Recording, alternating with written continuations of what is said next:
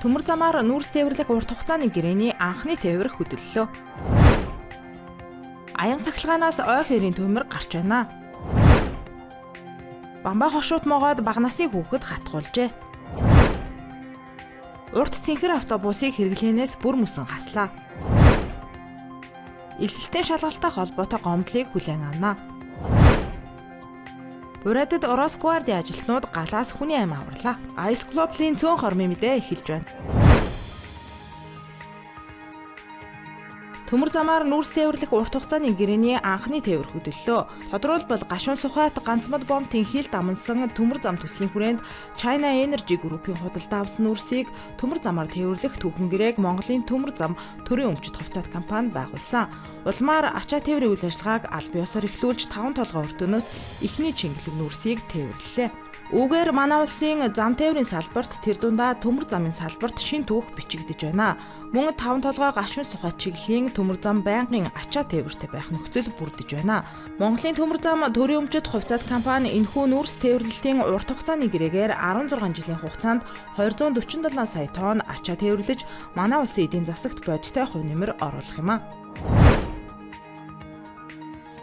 Аян цахилгаан ой хэрийн төмөр гарахад нөлөөлж байна. Тодорхойлбол хуурашилттай үед аян цахилгаантай адар бороорж аянгийн улмаас тусгай хамгаалалттай газар нутагт түймэр дэгдэж байна. Өнгөрсөн 7 хоногт Дорнод аймгийн Халх гол сум, Төв, Хөвсгөл, Сэлэнг зэрэг аймагуудад нийтдээ 11 байршилд хээрийн болон ойн төмөр гарчээ. Өнөөдрийн байдлаар Төв аймгийн Эрдэнэ, Сэлэнг аймгийн Түшиг сумдад гарсан төмрийг цурамд оруулсан. Сэлэнгийн Ерөө, Алтанбулаг, Цагаануур, Өвсгөл аймгийн Улаануул, Цагаануурт гарсан төмрийг унтрахаар онцгой байдлын ерхий газрын 359 албагч зэвсэгт хүчний нисдэг тэрэг орон нутгийн иргэд хүч хавсран ажиллаж байна. Он гарсаар улсын хэмжээнд нийт 121 удаагийн ой хэрийн төмөр бүртгэгдээд байна. Бамбаа хошуут могоод бага насны хүүхэд хатгуулжээ. Он гарсаар могоод хатгуулсан 8 тохиолдол бүртгэгдснээс 5-д нь 0-оос 15 насны хүүхэд хатгуулжээ. Өнгөрсөн онд нийт 6 тохиолдол гарч гэмтэл согог судлалын үндэсний төвийн мэрэгчлэнүүд шуурхай арга хэмжээ авч тусламж үйлчилгээ үзүүлсэн байна. Эмнэлэгт ойрхон биш хол хязгаар газарт байгаа бол одоо тухайн хазруулсан хэсэг газарт нь бол усаар угаана. За тэгээд цэвэр юмар ороож болно. За тэгээд мөчтийг хөдөлгөөнгүй байлгаж чиг тавина. Хүүтэн жин болон халуун жин юусоо тавигдахгүй. Харин уян одоо даралцтай болтол хийх боломж байдаг. Гэхдээ энийг бол заавал мэрэгжлийн хүн хийхгүй хитрхи чанга боосныхоо дараа болохоор бол болтыг эхэлсэн одоо хугацааг тавихгүй байх тийм бас одоо тохиолдол байх юм бол хитрхи одоо чанга болтны улмаас мөчөд гэмтэх тийм эрсдэл байдаг. Тэгэхээр бол энгийн хүмүүс бол одоо зөвхөн чигийг тавиад гарыг айхтар зүрхнээс дээш биш өргөхгүйгээр цойрт өгөөд хийгээд тэгээ мөчтийг бол юм хөдөлгөөнгүй байлгаад шингийн юм сайн уулгаад тэгээд имлэг тавьчих хэвээр. Нийслэлийн суурьшлийн бүсэд могоо харсан хатгуулсан тохиолдолд нийслэлийн шуурхай удирдлага зохицуулалтын төв, нийслэлийн байгаль орчны газар, гэмтэл согог судлалын үндэсний төвийн салбар түлэнхийн төвд хандах юм байна. Нийслэлийн нийтийн тээврийн үйлчилгээнд явж байсан урт цэнхэр автобусуудыг хэрэглээнээс гаргаж байгааг нийтийн тээврийн бодлогын газраас мэдээллээ.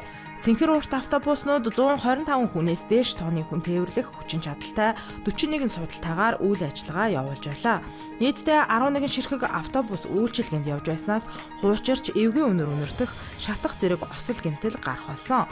Тухайлбал саяхан Баянгол дүүргийн 16 дугаар хорооны нутаг Максмол худалдааны төвийн зам дагуу М1 чиглэлийн автобус шатжээ. Тус автобуснуудын ашиглах хугацаа энэ оны 12 дугаар сард дуусах байжээ. Гэвч осол гаргасны улмаас энэ 6 дугаар сард урт цэнхэр автобусыг үйлчилгээнээс гаргаж өөр чиглэлд дахин ашиглах боломжгүй болгожээ. Харин оронд нь бүгд найрамдах Хятад ард улсын Yutong Baz компаниас 11 ширхгийг 20 гаруй тэрбум төгрөгөөр худалдан авсан автобусууд үйлчлэх юм байна. Эсэлтийн шалгалттай холбоотой гомдлыг шинжлэх ухааны технологийн их сургуулийн Т байрны 307 дотод хүлээн авч байна. Шалгуулагчдын дунд алдаатай бодлого ирсэн, даалгавар блюпринтийн дагуу байгаагүй, гардаггүй харандаа өгсөн, баллуур нь шаардлага хангаагүй зэрэг гомдол гарсан. Гэвч боловсролын үнэлгээний төв танхим бүрд нөөц харандаа баллуур байрлуулсан, харандаа баллуур болоод дүн оноо шууд засалттай холбоотой ямар нэгэн гомдол ирээгүй гэж мэдгдсэн юм а. Тиймээс шалгалтын зохион байгуулалтад сэтгэл хангалуун бус бол албан ёсоор гомдол мэдүүлэхийг санал болгож байна. Гомдлыг энэ сарын 28-ны хүртэл хүлээн авна.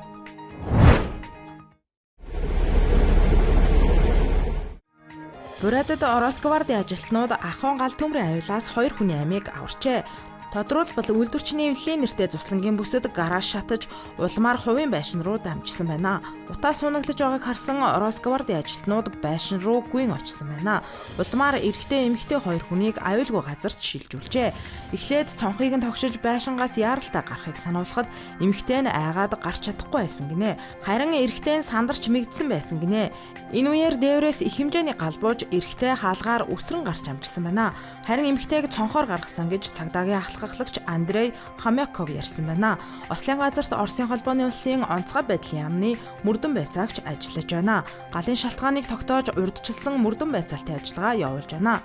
Ice Globe-ийн цөөн хормын мэдээ байлаа. Ажлын амжилт хүсье.